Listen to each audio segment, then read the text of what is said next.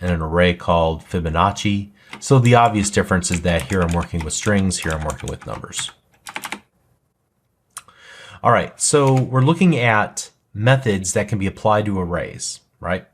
So the first thing we can do is combine two arrays together. So we can use the concat method. So here I'm going to take the lost numbers and I'm going to concat them to the Fibonacci numbers, giving me a combined set of array values.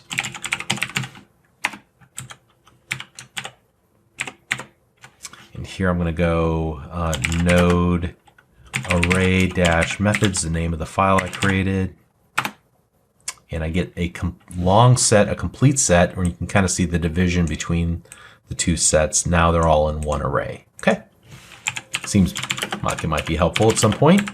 Otherwise, we'd have to loop through and push or pop, or I mean push elements of one array into the other array. That might be a little bit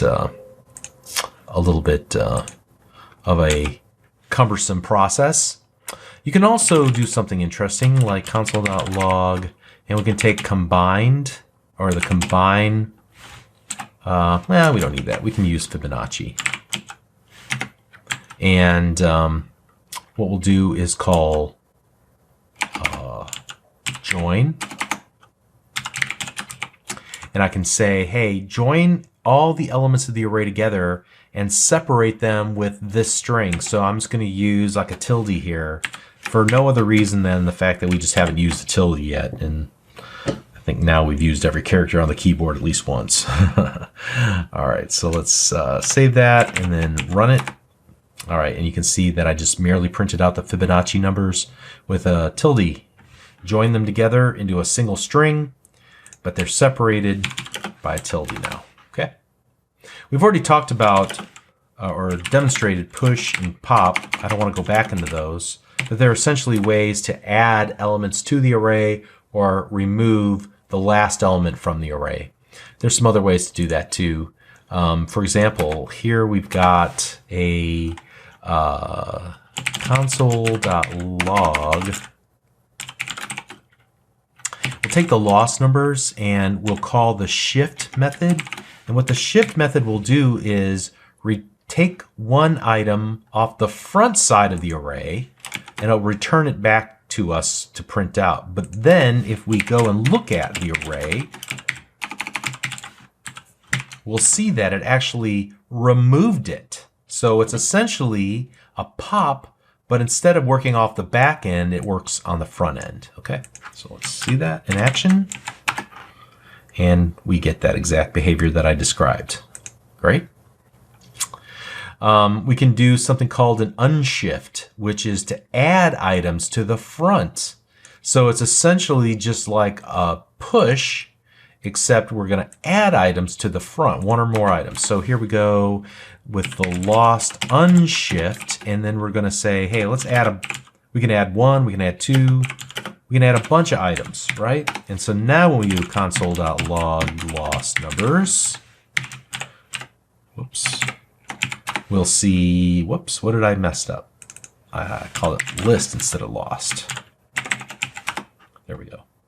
And so now I've added the values 1, 2, 3, and 4 as new elements of my array, and then it continues on with 8, 15, 16, 23, and 42. Okay. Let's comment all these out. Moving on. Let's find an element, or first of all, here, console.log. Let's take the names and reverse their order. So first of all, we'll start with the original order, and then we'll tell it to reverse and we'll print that out. So originally David, Eddie, Alex, Michael, but then we get Michael, Alex, Eddie, David. All right. Furthermore, what we can do is go console.log names.sort.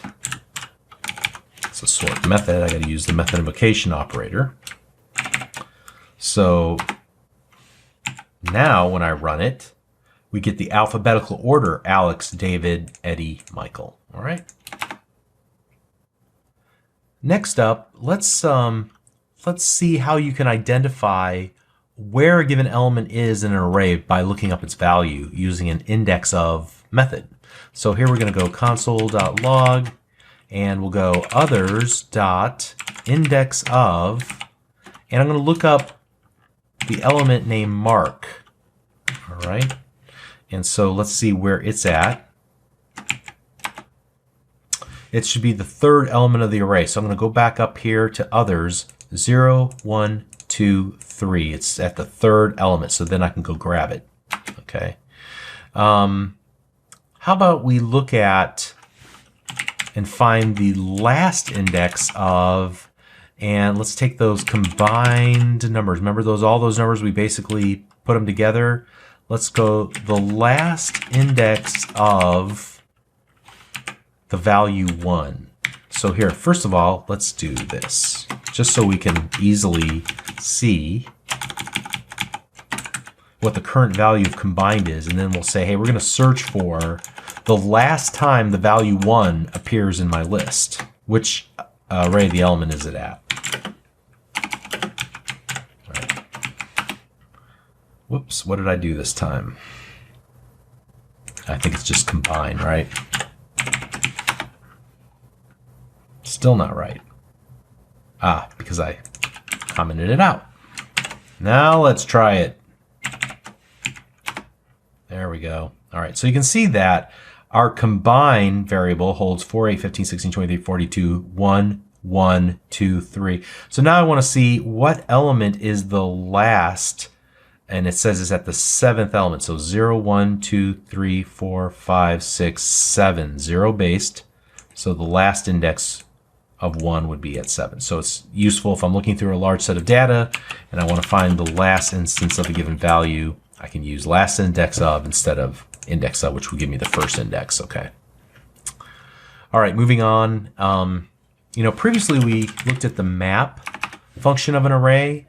I don't want to belabor that because we've already seen it. But we can do other interesting things too, like we can create a filtered list. So using arrow functions. So var filtered equals, and we'll go with combine dot filter, and now I'm going to give it an arrow function. So for every number, I'll just say it's X. I can give it any input parameter name. So here's the body of my little arrow function. If X is less than or equal to 15, then I want to return X. All right. And effectively what will happen is it'll return only those numbers that match this expression, so that when I do console.log filtered, I should only see numbers that are less than or equal to 15, and so I get a filtered version of that combine array. Pretty cool, and a good example of why you would want to use arrow functions. Similarly, you can do something using a what's called an iterable. It's a method called for each. So this will go through each element of an array, and inside of that I can then create an arrow function similar to things we've done in the past.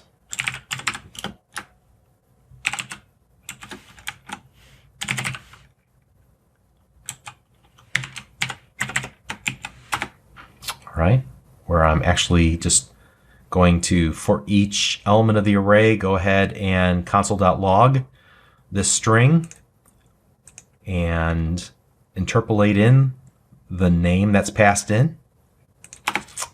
Pretty cool. And then we can also do some checks. So for example, I can say, hey, can you tell me if every one of the values inside of my array match a certain condition? So here I would go console.log, and I'm going to take that filtered list that I just created here. So this should contain all of the values that are less than 15 from my combine. And here I'm just going to say, hey, let's go with filtered. Is every one of those values, and here's where I'm going to create an arrow function. So let's call this num. Are every one of those numbers less than 10? True or false?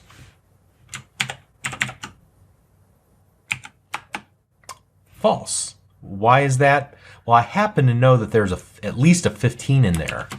Maybe if we increase the number to something like 16. Are all the numbers less than 16? Well, they better be, because they wouldn't have matched this criteria, right? True. Okay. So that's the every method of an array. Similarly, we can look at sum. So tell me if at least one element of the array matches a condition. So here again, console.log, start with that. Let's create an arrow function. Whoops. We'll start off with, use the Fibonacci numbers. So sum, true or false? Well, let's start off here with an arrow function, number. Are all the nums greater than 50? True or false?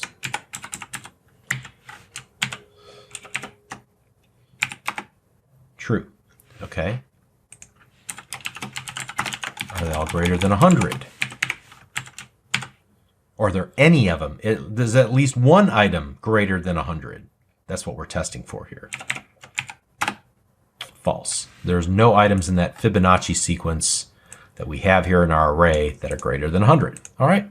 So hopefully, first of all, you can see that there are some very useful helper methods on the array built-in native. Secondly, more examples